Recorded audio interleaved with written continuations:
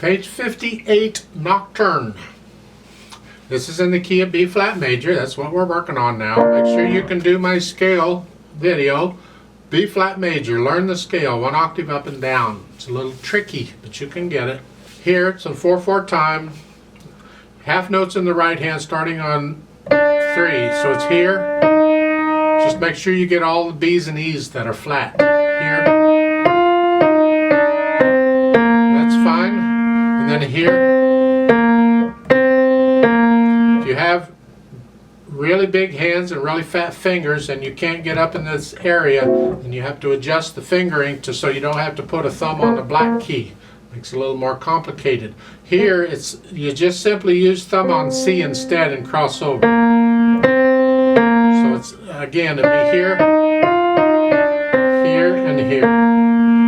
Otherwise, use their fingering. That's pretty much it. Left hand quarter notes. Play them all legato. Keep just watching. I'm transferring weight from note to note, from one side of the hand to the other side of the hand. I'm rotating it basically. I'll exaggerate the movement for the camera, but it's really a small movement. The point is, I'm using the weight to push the notes down. I'm not holding the hand still and trying to use fingers. Don't recommend it.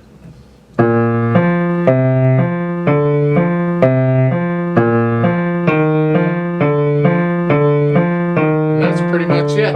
You get down to the second line. The last 2 measures, look out. Then you got to reach down for the F. See the octave? So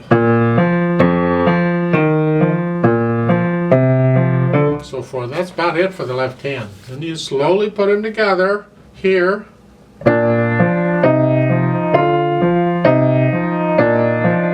Now watch the fingering, whichever fingering you're using. Make sure you play the rest in the second line. Here, rest. So that F in the left hand is by itself. So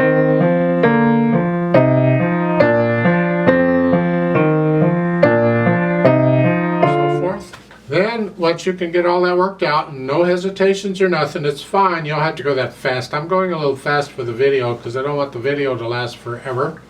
I get bored, you get bored, nobody wants to. So then you can add there's no real articulation, it's legato. Just make sure you lift up between the phrases. At the end of the first line you're here, lift up, just a little, it's like taking a breath here. And of course for the rest you're going to lift up for the rest.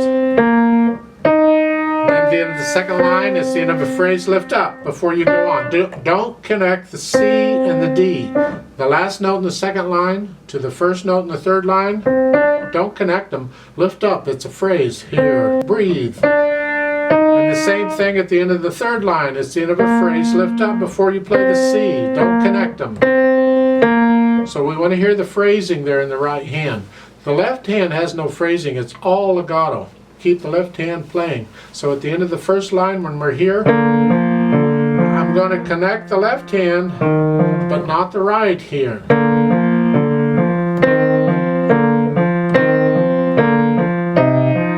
At the end of the line, I lift the right hand, but not the left. The left hand stays down. So you're doing different things in each hand, and it's important that you develop the ability to do that. So I'm encouraging you, work on it now.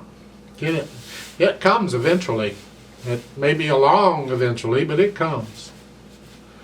Dynamic, they're saying meat sort of soft, that's the right hand. Keep the left hand soft in this whole thing. We want to hear the right hand. In the second line you have those crescendos.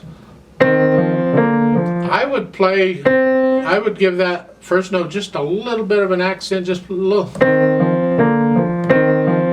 That's just me, you don't have to, just play it normal, but make sure the second note comes down. Don't play in the same. Play the second note softer. Left hand doesn't matter because it's really soft all the time, so it's just. Then you come, and the third measure, the second line, I suggest you come up just a hair above medium soft so you got more room, because you're going to go all the way down to soft now. So each of these is a little softer. You may have to practice that. The left hand's got to be really soft. Here. Then lift up and go on. Then the last line is similar to the second. So add the dynamics. What you got to do, or what you really need to do, in my opinion, is you get to know the piece well enough that you're not thinking about notes and phrasing. It's all automatic. And then you can just get into the music and you feel the dynamics. Music is emotion.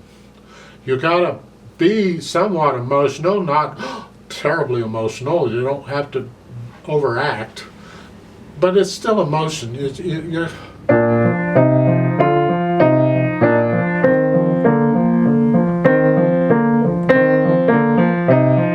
I tend to put a crescendo over the first three measures, each one.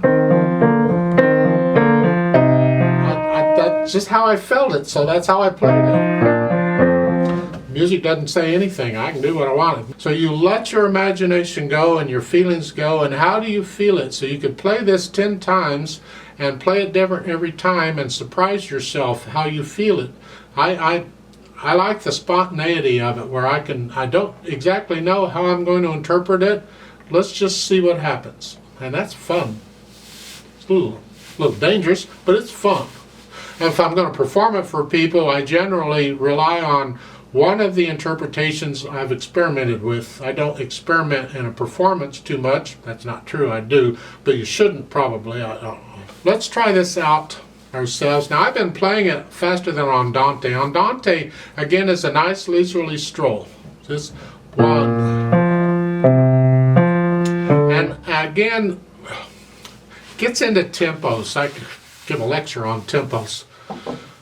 It's not necessarily the beat they're talking about. And speed, when it says Andante, that's not necessarily that 1, 2, 3, 4. 1. What they're talking about is the overall feel of it. It has to be that. And in my mind, the feel of it is these half notes. This is what I feel should be a nice leisurely stroll. That's the feel. So the left hand has to... To me, that's Andante.